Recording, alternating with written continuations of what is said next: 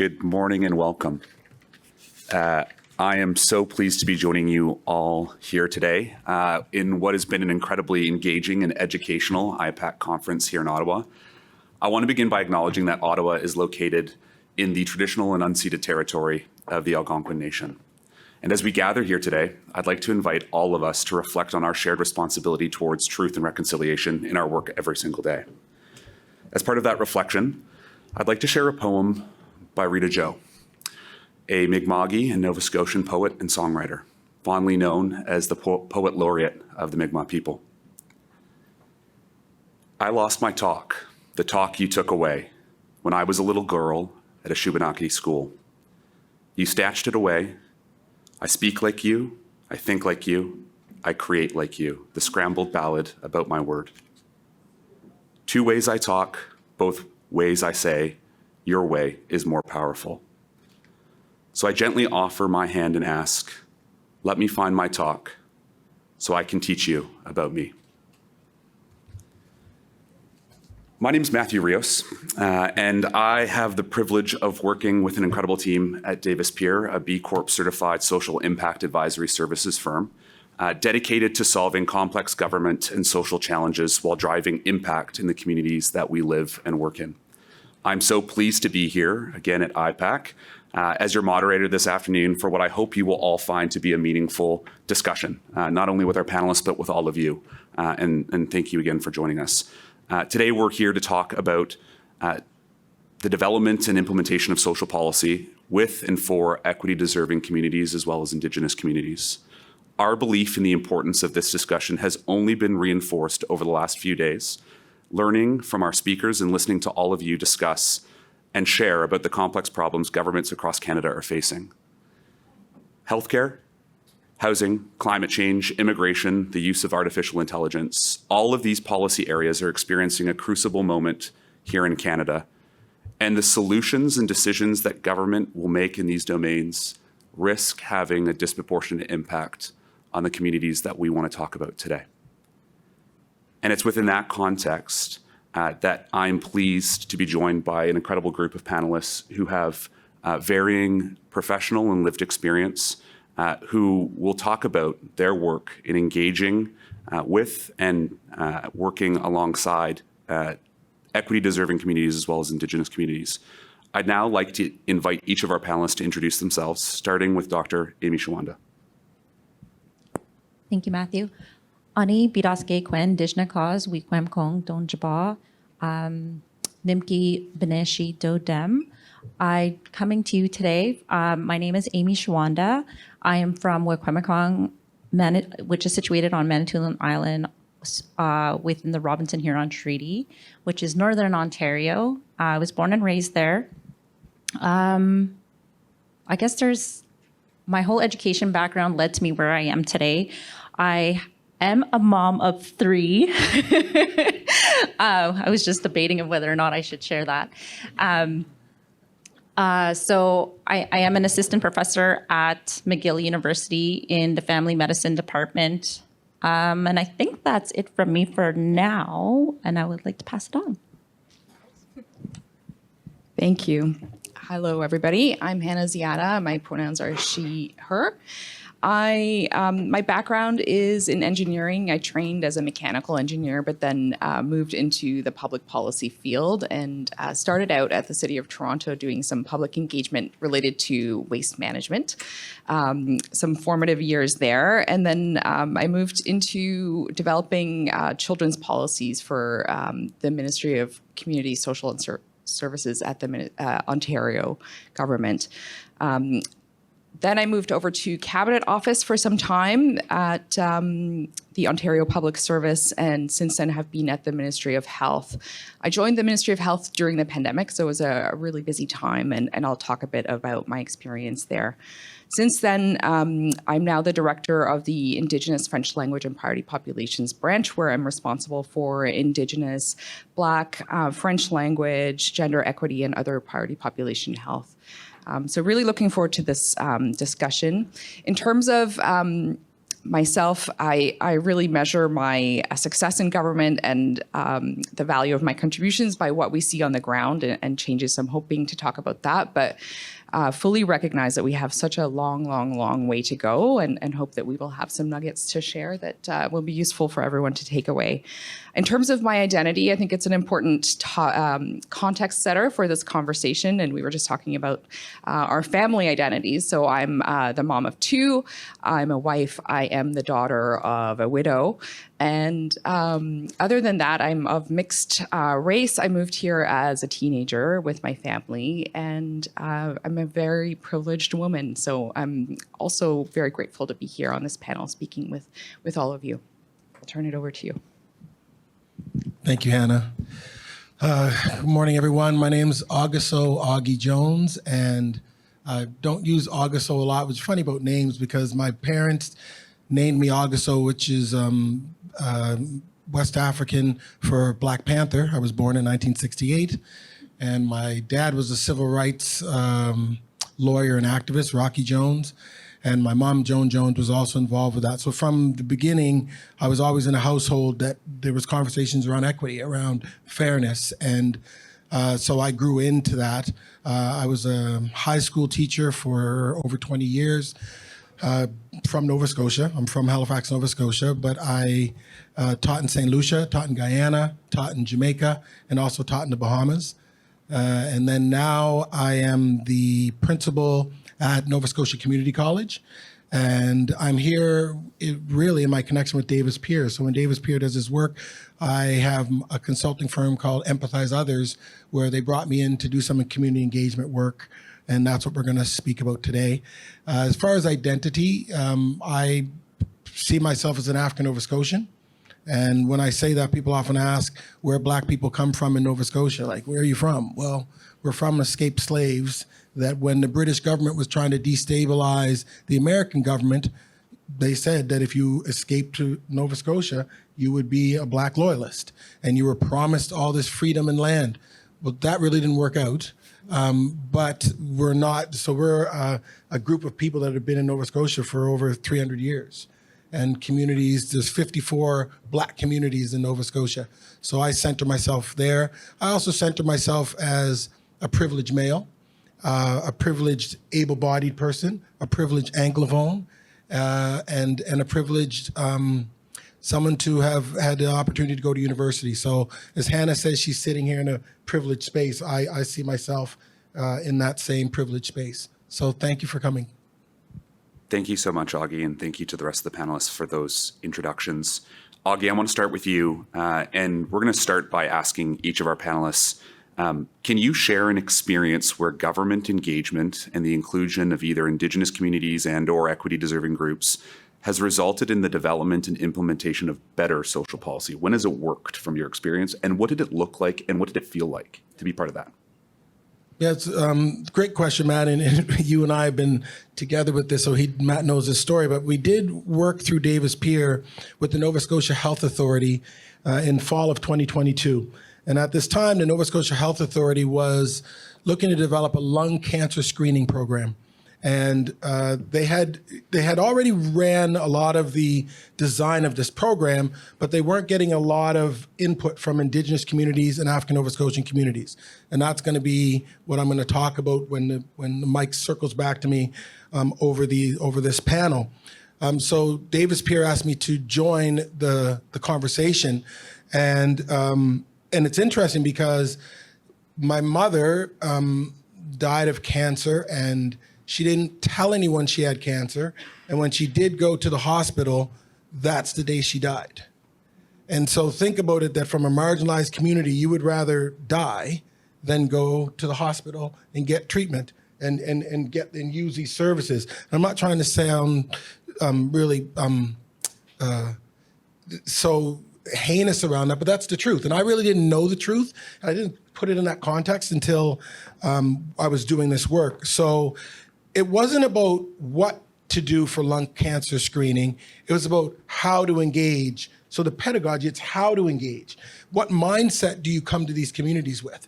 And so in it, it looked like me working with Davis Peer and saying, Okay, when you go to the Black community, first thing you have to realize that the Black community doesn't have a great relationship with government, right? So we have to align colonialism and capitalism with the government.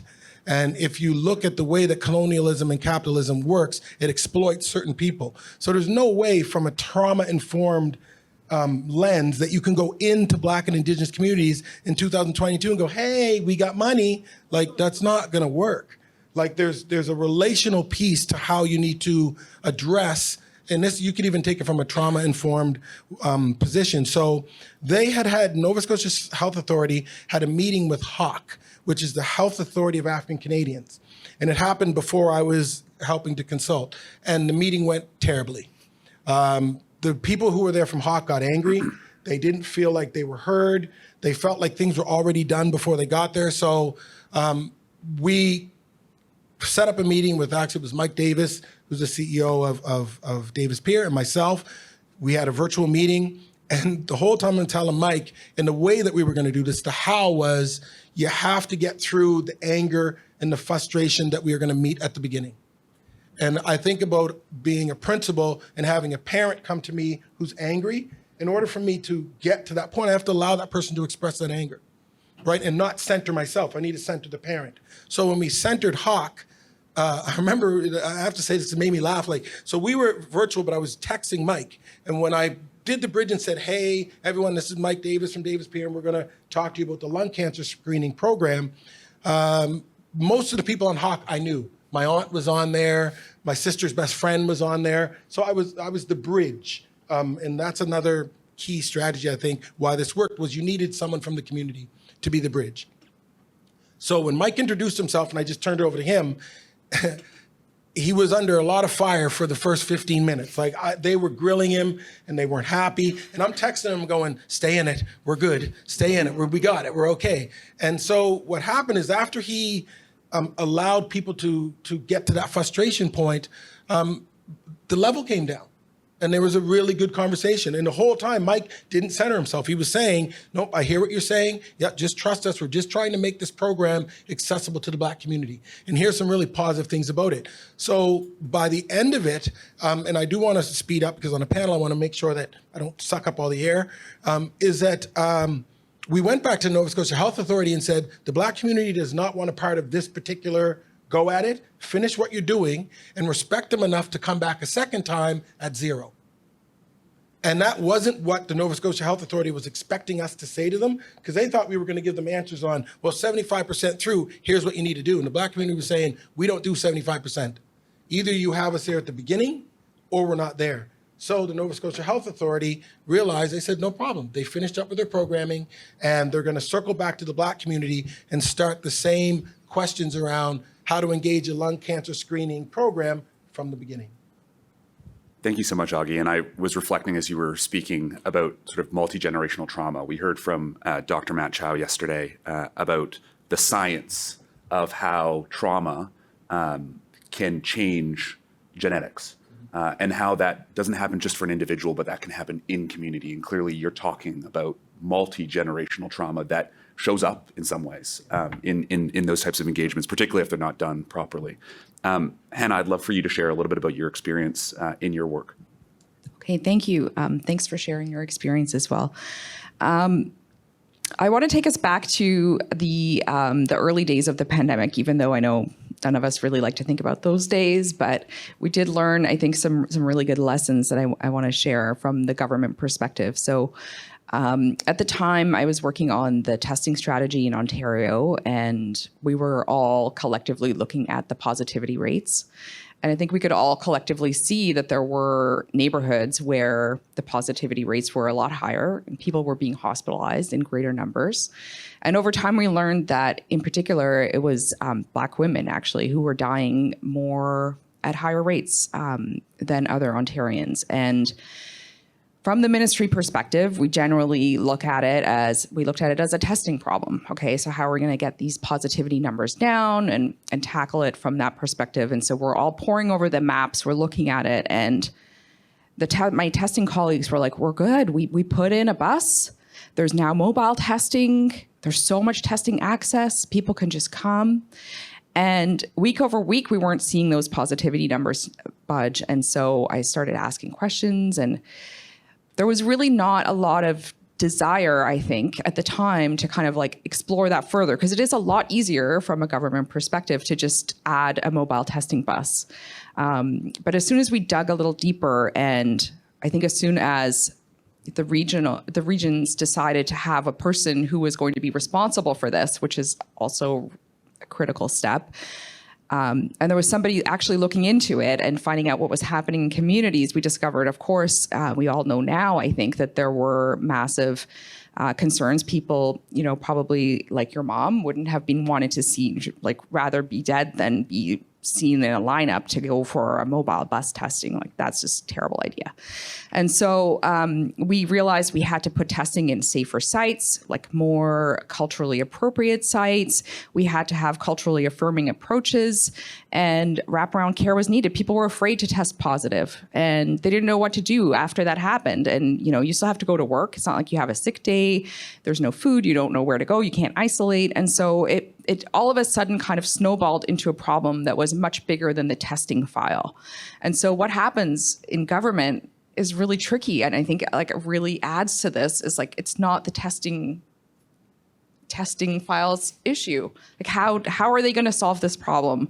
And so what I kind of did in that role was just to say, like, listen, we're trying to get these testing rates down. So we're going to need everybody to step up, and we're going to need experts to help us guide us through what is needed on the sector. And we need people to be responsible for this, even though it's not strictly testing. And I think that's something that has really informed my practice as we move forward. So while you may not directly think that testing is like, you're like increasing capacity for testing specifically, but if you're not taking a culturally relevant approach, you're just not going to be successful, and you're going to continue to perpetuate those barriers that we have in the system.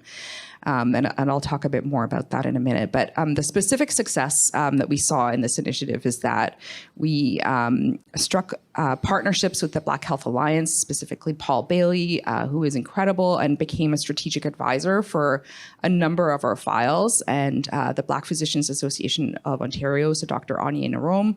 And we formed really strong connections with these partners, and now have a Black Health Action Plan that's in place, and we're actively advancing those really important initiatives. And really, really pleased to say that we were able to secure funding for a Black Health Hub in Peel that will be addressing sort of underlying chronic conditions that we all know are present. But I think because we had that focus on data and we were all aligned to kind of come together and make a difference. And I think that is sort of the legacy of the pandemic in my eyes in some ways. So really excited. Our minister announced a $25 million investment earlier this week in Peel. So we're really happy about that. So that is one area where I think having those connections and funded partnerships where people could tell us what was wrong, what wasn't working, ideally would have been way better if we'd done that at the start.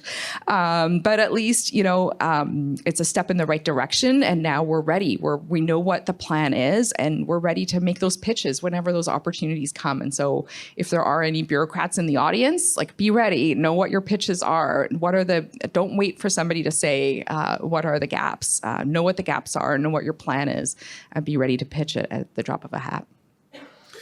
Hannah, thank you for that. And again, I was reflecting, there's a couple critical moments that you touched on. And the first was that level of synthesis required to actually ask the why question on the data piece, right? We heard yesterday about the use of AI in synthesis, risking losing the humanity piece, the why. Because to your point, we could have come to different conclusions about, we just need another mobile unit, we need to throw a couple more testing centers in those communities, and it will sort itself out. But the why was really, really critical. And then working obviously with community to actually address the underlying issues, I think is absolutely critical. Amy, I'd be interested again on your perspective on a time where government intervention, government engagement in your community has been positive. A positive experience with government. Well, I don't think I can come up with one. I was sitting here, and I've been sitting here thinking about what is a positive experience that Indigenous people had with the government. Well, since the Indian Act's been here indoctrinated. We had no really authority. We've been fighting against these laws that have been here that prohibit us from engaging in social things, health things, that even reach health equity things. And this is something I've been thinking about lately was the government has placed us in such marginalized areas, and that prohibits us from having health equities. Just in general, we're on reserves, we're out of sight, we're out of mind. We're like, have these stereotypes about us, so nobody really wants to think about us in a way that we're, like even me having the doctor title now, people address me differently, whereas when I was a master's student or even an undergrad or someone with just a degree, like no titles, nothing, everybody addresses me differently. And even when I go to a doctor's office now, and I won't say who I am until like I say I'm in family medicine, and everything suddenly changes about them and how they talk to me, how they treat me. And I'm recognizing that I have the privilege that my peers don't. So also I was thinking about the pandemic. A social change that did happen was when our elders were, Indigenous elders were given the vaccination first. And Canadians across Canada were upset that we were getting it first. And they were like, well, why do they get it? And so I was thinking about that, but we didn't even want it. We were like, whoa, whoa, whoa, whoa, whoa, why are we first? What is going on here? No, you guys take it first. We honestly didn't want it. Like there was some, don't get me wrong, there was some that did, but we were very suspicious. Like now the government wants to put us first for something, something's not right here. And that was like, it was a good social piece to it, but we didn't trust it because the government and policymakers haven't earned our trust yet to get at the table where we feel equal or that we're of deserving it. Even though we know we do, it's just, that's just how things are. And then this pandemic, just also we had conversations, and I know a lot of our community members across Ontario know that when SARS first hit in the 2000s, there was a time when the government sent body bags to Northern Cree communities. And they said, okay, well, there you go. And they were shocked. And we were shocked hearing that. So when we were first in line for this vaccination, that's why that was created this heightened suspicion. And that goes back to your story, Augie, about your people not wanting to access healthcare. And a lot of these stories are out there. I hold them and we don't. And it's interesting too, because we are the fastest growing population, and our fastest growing population makes up the highest numbers in childcare and incarceration. So there's still a lot of social policy changes that need to be made. Can I ask Amy as a follow-up, why do you think government too often fails in doing this work the right way? So you obviously in your role at McGill are interacting both with physicians as well as policymakers. And I know in your own working community, you would interface with government. From your lived experience and professional experience, why does government, we've got some incredible individuals in the room today who are responsible for policymaking and the implementation of that policy. I'm interested in your perspective on why too often we're not collectively able to do this work well. Because you don't come from our lived experience. I think that's straight and foremost, because when my dad passed in March of this past year, I went to go access ceremony in one of the, I'm not going to name the hospital because I know this is being recorded.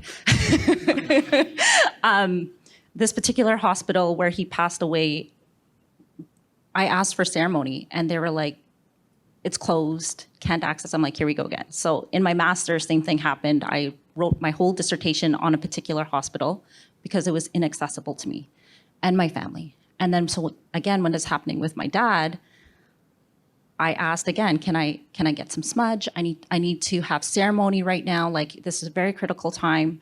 And we weren't sure if he was gonna make it. Like literally, I was heightened. And so during this time, they finally, so that was a Friday night, coming into a Sunday, they finally gave me all the medicines, but I had already gone home, grabbed it, and I was living 2.5 hours away. Went home, grabbed my medicines. And so the pastor, I believe, cultural caretaker there, was kind of grilling me and scolding me for, I went and grabbed my smudge. I went to the room and I lit it. And they're like, you can't do that here. You're gonna set the place on fire. And I was like, I think I know how to handle my ceremony. And I just used a little match and I lit my sage. And I was like, and it's a different type of smoke. It's not gonna set off the alarms. Like, well, we did studies. It didn't go off. We're good. And so she was like scolding me, and I was just like, whatever. And so I looked at her and I said, do you want help with your policy? Because that's what I do. I can help you. And then she's like, well, that's not really my role. I'm like, well, put me with the people that do this. And then so the social worker came and I explained the situation. I had a whole incident happen with a nurse as well, which wasn't good and had to do with ceremony, impeding my right for my dad for his last final moments. And then so I told the social worker, then she escalated up to her director and it escalated up to the policy people. And then I don't know where it's at right now because I haven't followed up, but they said, you know, we were going to change our smudging policy and our policies in and around ceremonies in hospital and accessibility, but it was at the bottom of our list. And because of you, we're putting it at the top. I'm like, great. And so I gave a list of recommendations of what I think should be included. I said, you need to collaborate with this community and that community. They're very two different nations. And that's another thing when I think about EDI, we're all so diverse in our nations and how we do things. And we're so different within like our own nation. I'm Anishinaabeg. I come from that community, but there's so many of us. There's Odawa, Ojibwe, Potawatomi, Mississauga, Algonquins. I know we're on the territory of the Algonquins today. And so we're all diverse in how we do things. There's similar tenets, but they're all very different. So I had told them, like, these two nations do things vastly different, and you should consult with both of them. And so one other thing before I hand it off, they had also recommended during this time, it was winter, it's March, it's snowing. They were like, you can go do your ceremony outside. I'm like, you want me to go outside when it's snowing right now? Like, that snowstorm, you want me to go do my ceremony with people walking by and I get no privacy? And they were like, yeah. I said, well, I'm pretty sure it's my human right that you need to provide me shelter. And she's like, oh. She paused and she didn't know once I dropped, like I knew what my rights were. But I am, because I know all of this because I'm privileged, I research it, and then I'm trying to disseminate that information to my communities to know, get informed about your rights, even if it's just through story sharing like this today. Policymakers have a hard time because they don't know what to prioritize because they don't consult with us most often than not. Yeah, that's really, really, I very much appreciate you using your lived experience to talk about, you know, when we talk about the inflexibility of policy or the inability for us to think in a bespoke manner around like the implications of policy, even at a granular level around sort of smoke inhalation, for example, and the outsized impacts they can have. Like in your story, I think that's really, really important to share. Augie, I'm interested from your perspective on why government too often is unable or uncomfortable doing this work well. Yeah, what first comes to mind is hearing Amy talk about her dad and me talk about my mom. Is we're talking life and death situations here, and to be on the margins, I think I'm an English teacher. I think about the word literally. So if the power source is in the center and you're on the margins, then you're not close to being able to have access to things, which Amy explained quite eloquently. So to me, people who are public servants for the government, and this may sound facetious, but it's not. You have to know what team you're on. And you may not be on the good team. Like historically, it depends who you're talking about. Do you know what I mean? And so you have to know that. Just because you're working for government, whether it's municipal, provincial, or federal, there's a certain amount of prestige that comes with that. But many of the things that were hurting and violent towards marginalized groups were sanctioned by government. So that history is still there. So when you are doing work on behalf of the government, it's really kind of privileged and short-sighted for you to go into a community thinking that they're happy to have you there and they trust you. So you need to have that historical perspective, I think, is one, if you're going to go into that community. And I like what Amy said about the diversity within the Indigenous community, because there's a diversity within the Black community. There's no playbook for Black people. There's no playbook, like, you know what I mean? You can't just pull out the playbook, like, because, and so with that, you have to build individual relationships with individual communities. This is why public service is difficult, because it depends what you deem as public. So if you are a public servant, why do you get to choose who you serve and who you don't serve?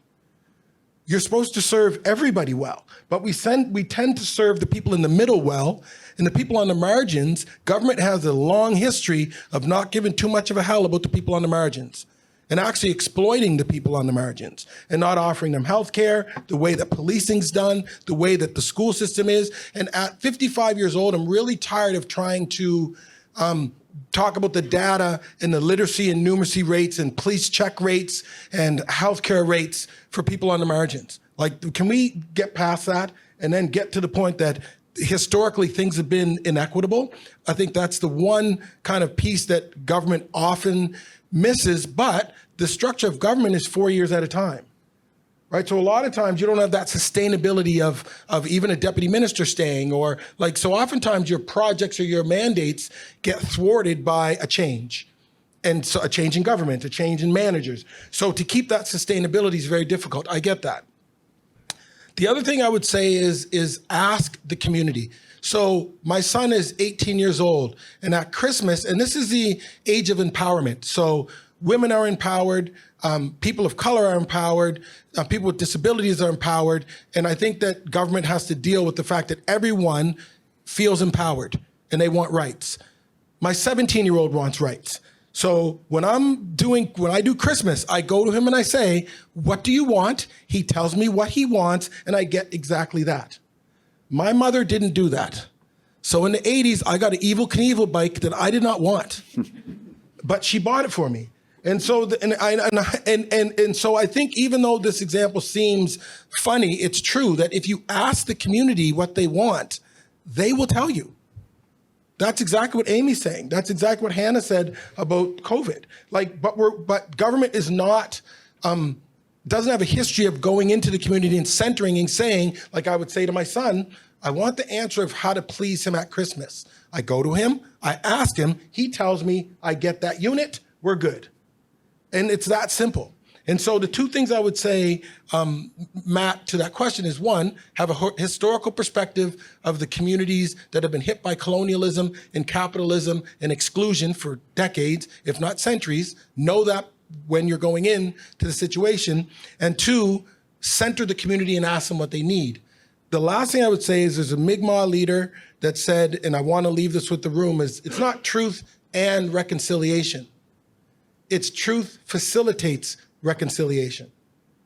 So if we don't get to the truth of the history, then you can't try to reconcile something that you don't even believe the truth in. So if you don't believe in Indigenous truth, you are not able to reconcile anything. If you don't get to the truth of people of African descent coming to Canada, women in Canada, people with disabilities in Canada, truth comes before reconciliation. Thank you so much, Augie. Hannah. Oh, sorry, please. Of course. We'll have questions, yes, just at the very end. Yes, of course, yeah. Go ahead, Hannah.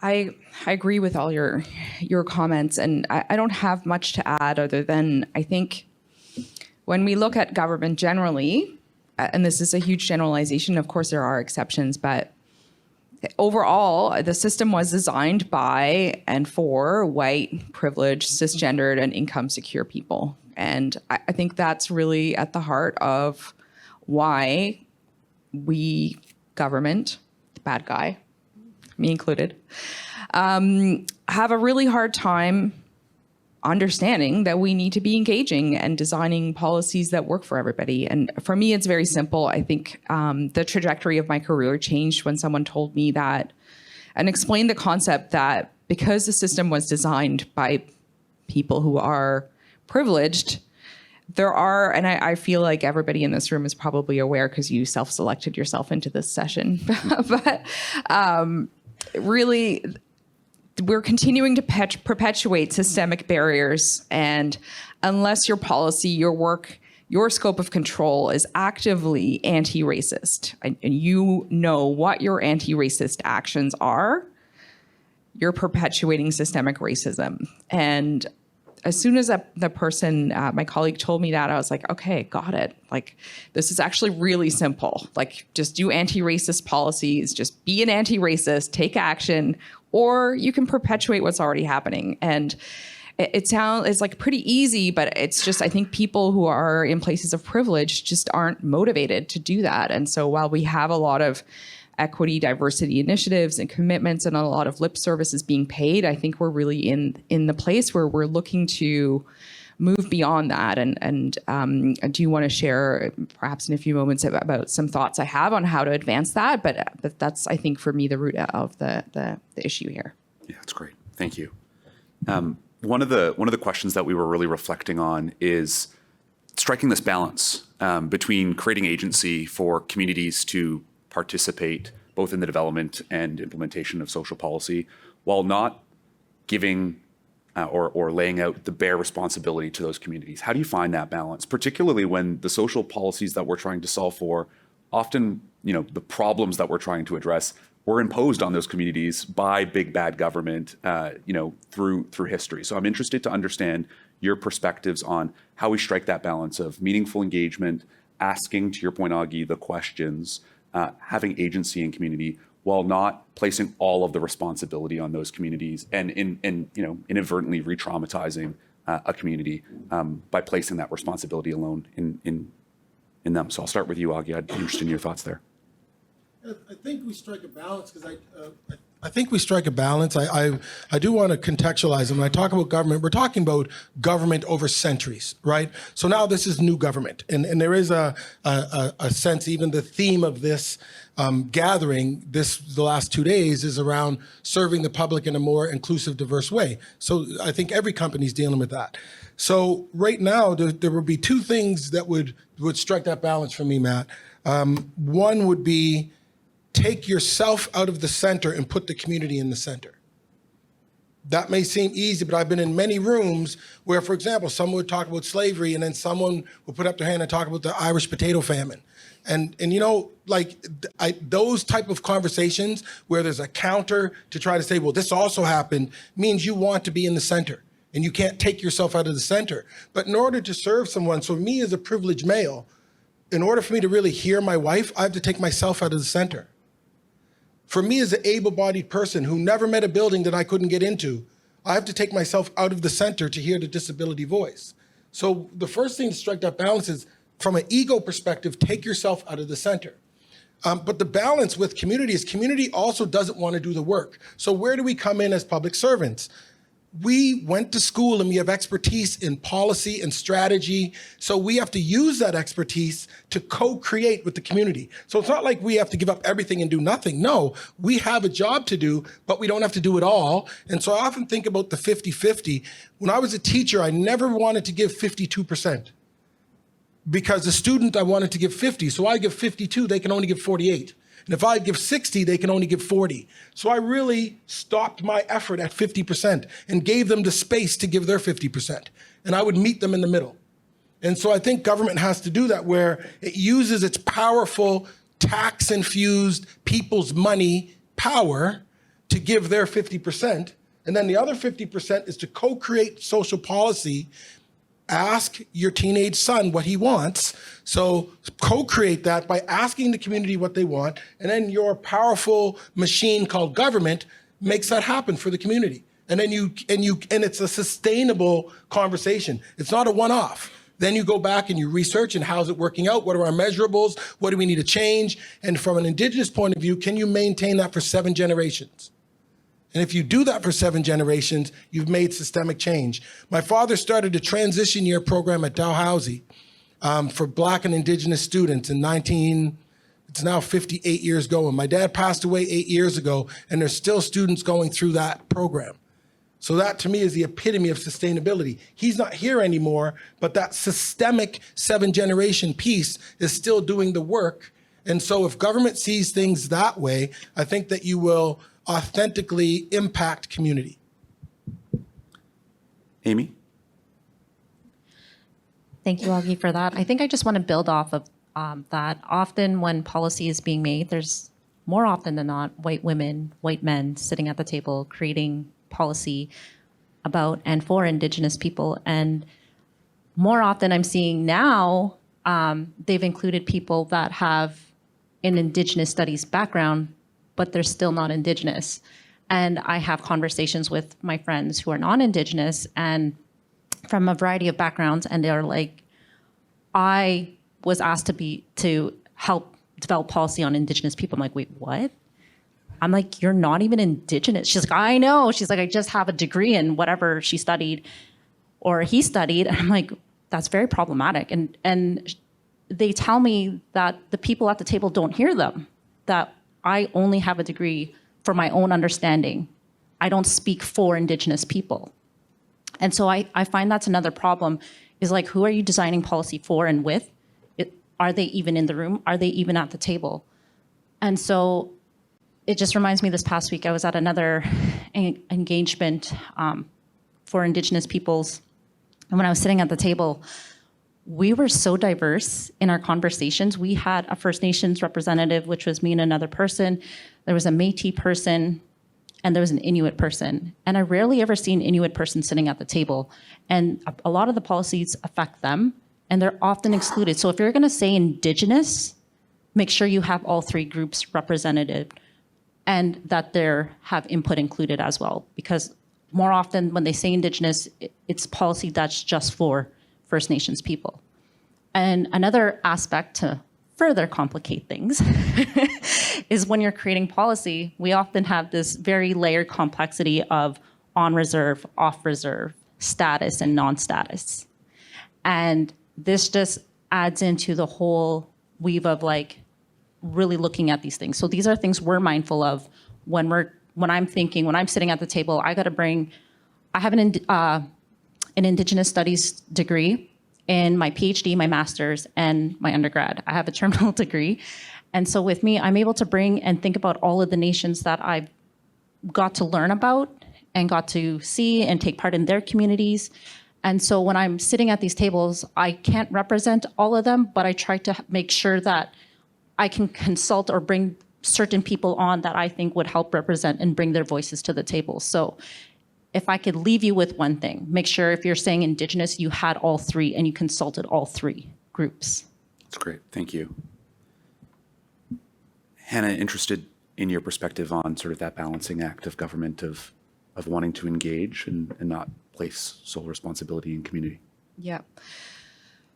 I have a lot of thoughts on the topic, and thank you for sharing your perspectives. I think really excellent points that I would echo. I think one of the sort of common pitfalls I see is, we'll be like, okay, yeah, we're going to have a committee. They're going to advise us. And it's going to be great. But I really think it's better to have sort of like strategic partners who are then engaging with their own communities and being that link and bringing that information back. And so that you're not having one person kind of, and you have the whole like pitting against each other situation occurring. So I think that's like a really solid best practice. And then I think it's really important as government folks that we recognize that it's our job to dismantle the barriers that make what people want impossible. So I think, a lot of time we'll hear from communities, oh, we want it to be like this. And then the traditional kind of government mindset is like, oh, but we fund you like this and we need that and we need this. And it's like, okay, all of that stuff doesn't really matter. Let's just figure out like what is needed and how are we going to get there. And so I see that very much as my job. So it's like, okay, I want a community to tell me what they need or what needs to happen. And then it's my job to work with my team to be like, okay, how do we get there? We have all these barriers that don't make any sense that have been put in place through, generations of bureaucracy. We need to do it differently. And that is an uncomfortable space to be in often. But I think, that is the role of a public servant. And that's why I kind of said at the start, I measure my success really by what does the outcome look like on the ground? Like, are you actually changing something? And if not, then are you doing your job well or not? I'm smiling as you respond, Hannah, because I think one of the comments that you've made a few times today is sort of the all of government approach required to address a lot of these issues. And too often we get caught up in, well, that's not my responsibility. It's another division's responsibility or someone else is working on that. citizens don't care. It's the government of Ontario, or it's the federal government, it's the government of Nova Scotia. They don't care which ministry or which division is responsible. Ultimately, they're looking for either social service interventions, new policy, change in a material way. It's our job to navigate that complexity, and I really appreciate you speaking to that. We are coming against time, slowly but surely here, and we want to leave about 15, 20 minutes for questions. So there is a microphone here. I'd invite anyone with a question, please, to come forward. And as individuals come forward, I'd ask each of you just one closing thought on a tool, a methodology, or an approach that you'd encourage everyone here to consider incorporating into their work that you think is beneficial in the engagement of equity-deserving communities, starting with Amy. One tool or method? Well, I have lots. If I can leave everybody with one, I guess one thought leaving here when you're leaving and engaging with Indigenous communities, you don't always have to go to a university. Like, I shouldn't be saying that because that's my job. You guys are going to put me out. But go to the communities. Go to the communities that you intend to work with. I think because you have your urban communities and you have your First Nations communities. And again, we're running into that, well, that's a province problem. That's a federal problem. And we often get pulled. I'm an urban Indigenous person who lives in Montreal. And I am not even from Montreal. I'm not even from the territory there. And I fall into this little gap. And this happens in Ontario as well. When I was there, I would fall into this urban gap, and they're like, well, you can go get it on your First Nations. Actually, I cannot get things on my First Nations because one, it was 8 hours away, and two, the services there are often for First Nations people living on reserve. So these are just things that I want to leave you all to think about, that our access to things is more complex. And if you're looking at an access and inclusion lens, then you're going to have to think about all these layered complexities that we have to face, that we have to navigate. So if you can make it easier for us, that would be very much appreciated. Hannah? So one thought I have for all of you is, if you're, if you've self-selected yourself into this session and are interested in advancing this in your own organization, one strategy you may want to consider is developing a framework and expectations for your organization. And I think a lot of us are seeing a lot of lip service being paid to this. And so one thing that my team is trying out this year is we've put together a health equity framework for our ministry, and we have executive champions for that. And we will be asking everybody to let us know what their vision for health equity is, and how they will be advancing their commitments, tracking that, and reporting quarterly on progress. So I think really asking people to make their verbal comments on diversity, equity, and inclusion into reality, and really translating that into their work and asking for commitments, and then helping them break it down into sort of like step by step has been a successful strategy for us so far. So the step by steps that I give my colleagues is to look at the data, then engage with communities and co-design, take action and invest, and evaluate and get better. I think it's a pretty simple policy cycle, but just kind of breaking it down really easily, and then tracking at an organizational level. And so that seems to be working for us so far, and happy to report back in the future on that, and stay tuned. Augie. Yeah, I would leave the group with a mind frame or a methodology, I guess.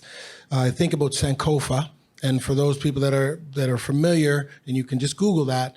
Sankofa is an African concept, and it's a bird that has its neck going backwards and it's picking up a seed, but its feet are going forward. And so when I do consulting, I often use that with governments around how you want to approach it, because looking back is look back to get the seeds in the historical context so that you're coming in with a culturally responsive lens. You have to look back to go forward. But the feet of the bird, Sankofa bird, are going forward. Ultimately, we have to go forward. So we use that Sankofa methodology in Nova Scotia a lot because we have a history of African Nova Scotians that's 300 years. We have a Mi'kmaqi history of the Mi'kmaq people that's thousands of years. We have an Acadian history.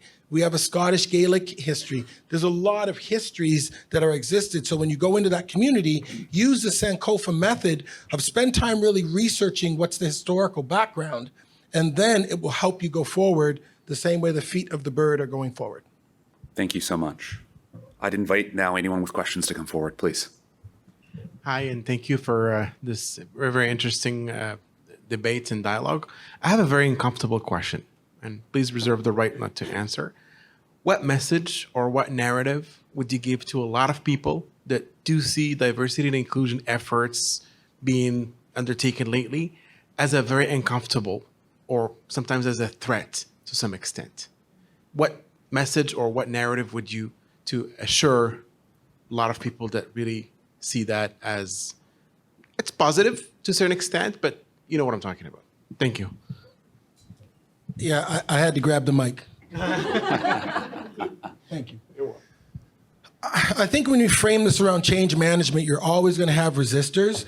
But I would say, and I said this to teachers, and often you say things, the truth can be offensive, but what I would say to educators is do your job.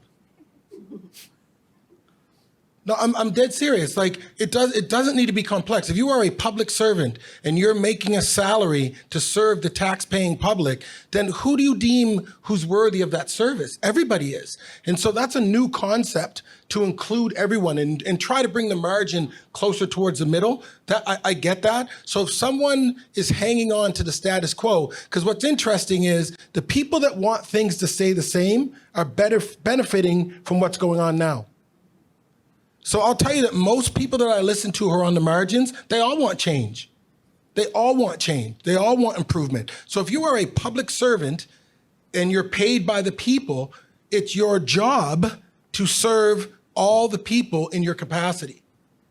And so it's a simple answer. I think that anyone that says, well, I don't believe in it, okay, well, get another job.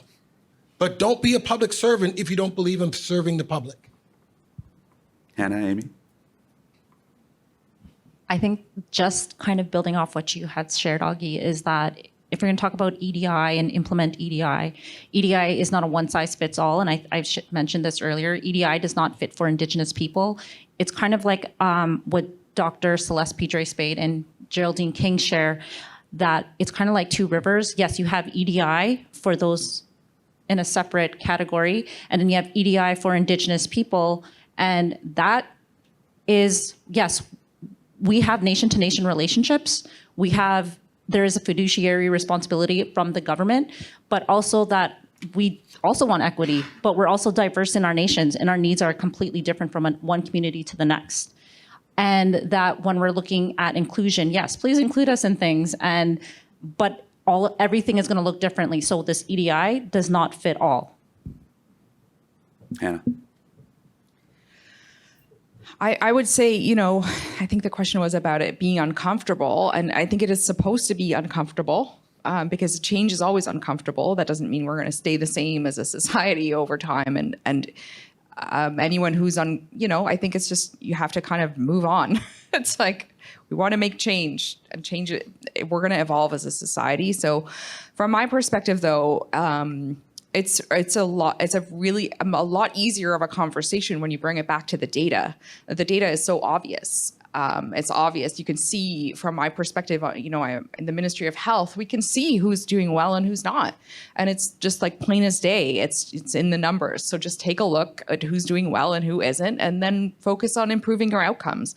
That's our job as bureaucrats. So if somebody's not interested in improving the outcomes of the population, then they should definitely be getting a different job. Go ahead, please.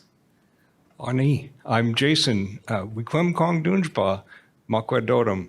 I was just telling Amy that I'm from the same community. And one of the things that I have been trying to explain, I suppose, to some people is that a good first step in terms of reconciliation is participation in Indigenous ceremony. So whether you're able to do a smudge or a sunrise ceremony, or especially something like a sharing circle, it's a great first step for you to be able to understand the beauty of that culture.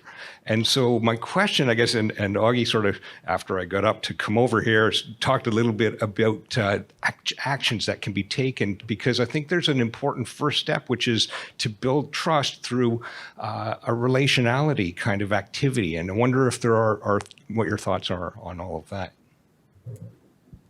Yeah, that's another fantastic question, and I'm going to answer it really quickly. With empathize others, one of the things we talk about is if you don't want to be uncomfortable, and I've been in many meetings where someone said, I'm uncomfortable and wanted to leave the meeting, and so there's a privilege. Well, the people on the margin have been uncomfortable for a long time. So be careful when you're saying you don't want to be uncomfortable, because what does that really mean?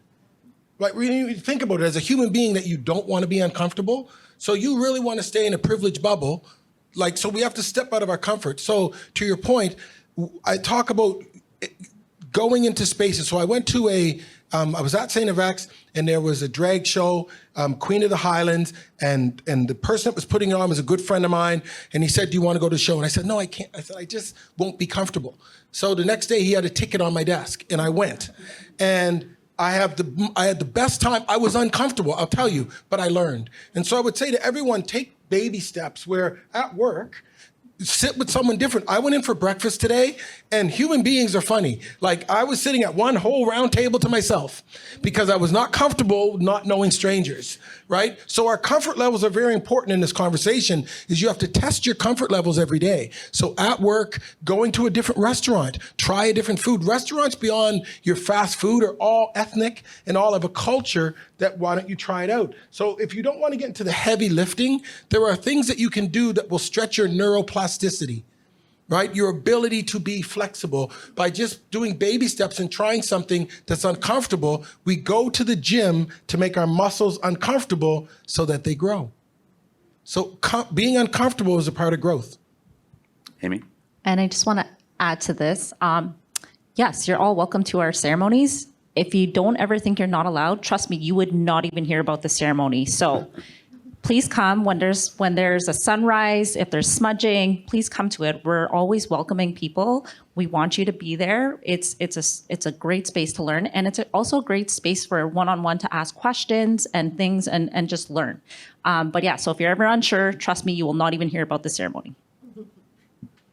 I'll add, and as a moderator, I'm not supposed to add, but having participated in a blanket ceremony and understanding and appreciating the history of our Indigenous people and Inuit in Canada, I think was incredibly impactful and is a great starting place to that relationality that you're speaking about. The blanket exercise. Yes, blanket exercise. Different. Yes. There is a blanket ceremony. Yes, sir. Yes. Miigwech. Thank you very much. Go ahead. Hi, just really thank you all for this conversation. It's pretty impactful and I find quite honest.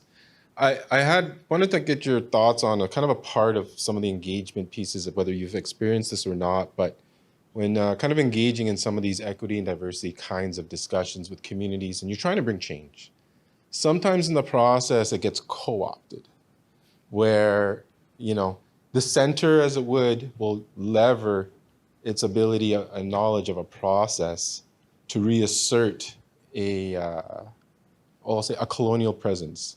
And it can be very damaging to the communities because suddenly like you get a lot of racist rhetoric that starts to show up. It's diffusive, shows up in media, but then it also starts to grab in different areas and starts to shift the direction of where the policy or the program is trying to go.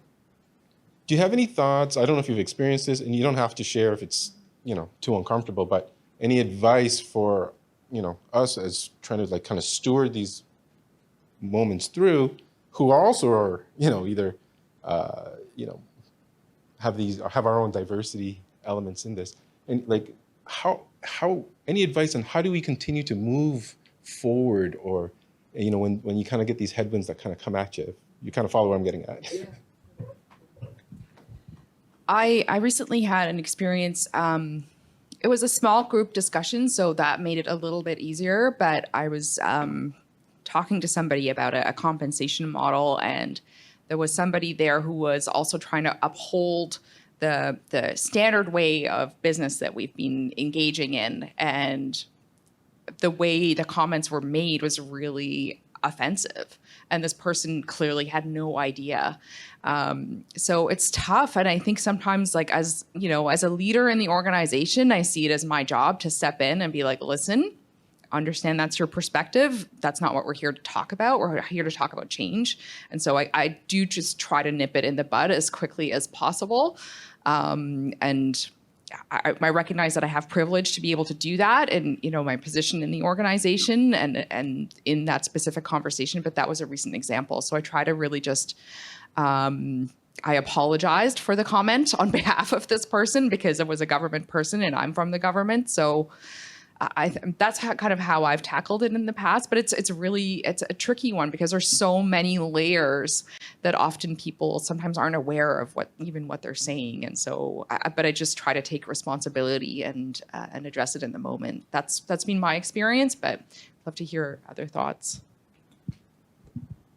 Another great question. I think when you actually do the work, it's super complex. So when you show up to a community meeting, oftentimes even within the community, there may be people that want to circumvent what you think is the right space or the right path to go.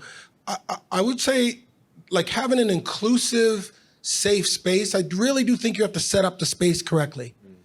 You know what I mean? And smudging has worked for us in Nova Scotia. Oftentimes when we have an Indigenous member, we will have a smudging ceremony that will allow people to get in the right space to be open. I do think that we know that there's left wing, right wing, there's all kinds of different thoughts. And to a certain point, everyone's allowed to say what they have to say.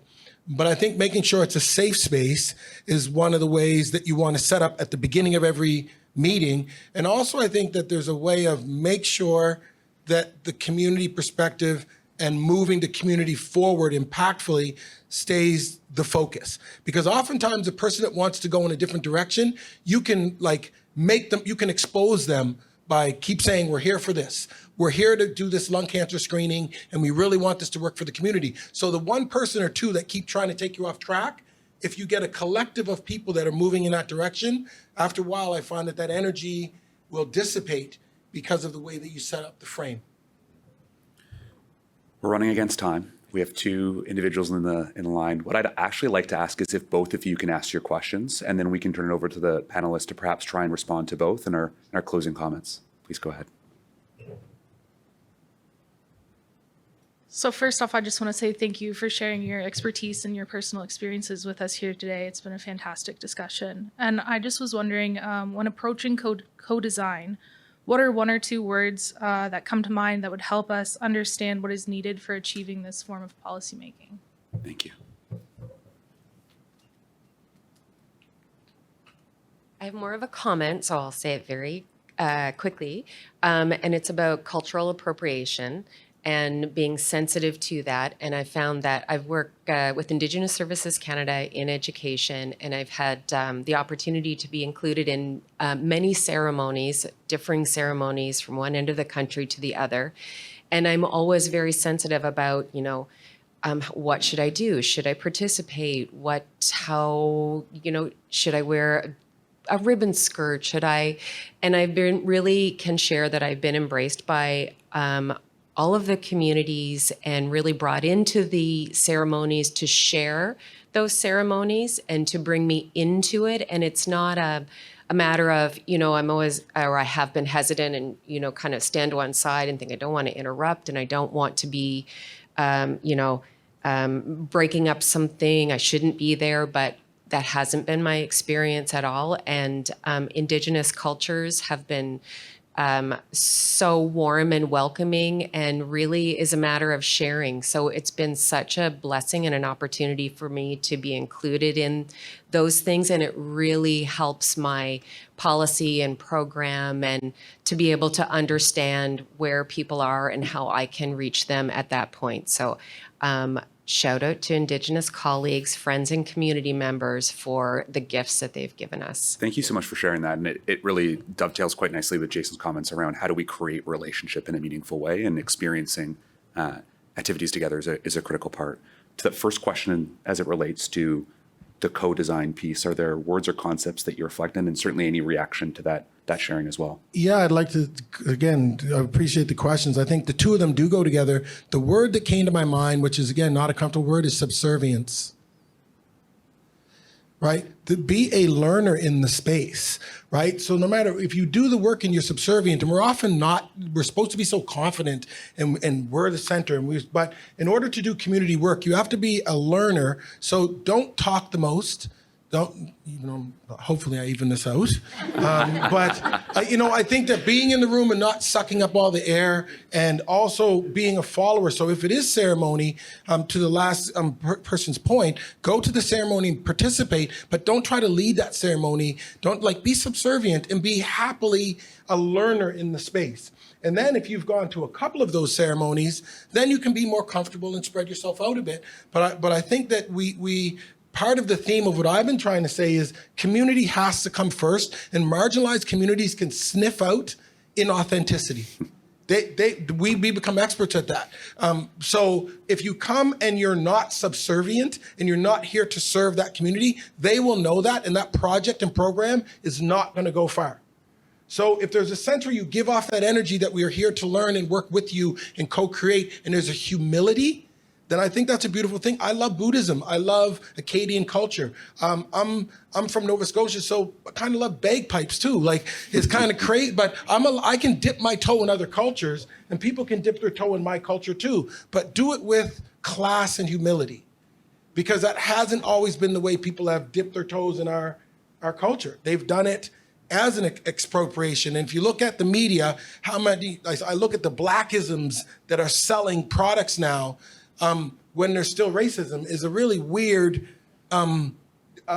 dichotomy that blackness sells, but we don't like black people. That doesn't make sense. So there's a sense where I do appreciate Buddhism. I know I'm not a Buddhist, but I like the concepts. So I am into meditation. I try to humbly appreciate that culture. So to both questions, I think let's try to humbly appreciate other people's culture, and that will help you as a public servant, but it will also help your personal wellness. Amy? I think for words or a concept, I guess, that immediately came to mind was relationship building. And that takes years. That takes years to build and build. So if you want to work with Indigenous groups, people's communities, you're going to have to put in the time in order to, because we've come from years and years, decades of mistrust. So if you want to come help and you're like genuine, and like you said, we can sniff it out. If you're genuine about it and you're coming in, do the relationship building, come to the functions, come there, come to learn, come be in the space. And I think that will build that, because, some of our people are hurting too. And sometimes, like you establish this relationship, but something happens in their life and then they have to pull out. If you have that relationship with the community and you're able to like switch people in and out, that's great too. So I think that relationship piece is really important. And Hannah? I want to echo two comments and add a third. Firstly, humility was the first word that came to mind for me as well. Just know that you don't know everything, and you're there to learn. And I think when we really recognize that's what we're trying to do, and that's why we're there, I think that's a really good first step. And then I wanted to echo your comment about relationship building, and it reminds me of the teaching about 1,000 cups of tea. You need to have 1,000 cups of tea in order to form that relationship, and we forget that, and that is a long time. For myself, I'm like, well, I know that. Like, I feel like I've already built a relationship with you. I've seen you at least like 5 times in person, and it's like, okay, well, that's like not, we're nowhere near that. But it's just something that I've certainly. That's the social media time. And the last thing I wanted to add was just a word that really stood out to me in the last week. And this is a shout out to Paul Bailey, who was talking about the Black Health Hub that I talked about earlier in Peel. And he talked about culturally affirming care. I was like, yes, culturally affirming care. And, we've kind of come a long way from culturally safe and then culturally appropriate, and now okay, let's do culturally affirming. I'm sure we will evolve again, but it kind of stood out to me as maybe where we want to go. So thank you so much. Thank you. This brings an end to our panel discussion today. I want to close by thanking IPAC for facilitating this important dialogue. I want to thank our incredible panelists. I've deeply appreciated just being able to observe you share both your lived experience and your professional experience in a really honest and authentic way. I hope all of you have appreciated it as well. But I think it's also really important to recognize all of you for attending, for self-selecting to be here. Thank you. The work that you do in your life is incredibly important. It's impactful for the citizens of this country. And I'm hopeful that we've provided an opportunity for all of you to go back to your work and back to your life with some tools that you can start to integrate into your daily practices. So thank you so much. I hope you have a wonderful rest of your conference here and safe travels home, wherever that may be. Thank you very much.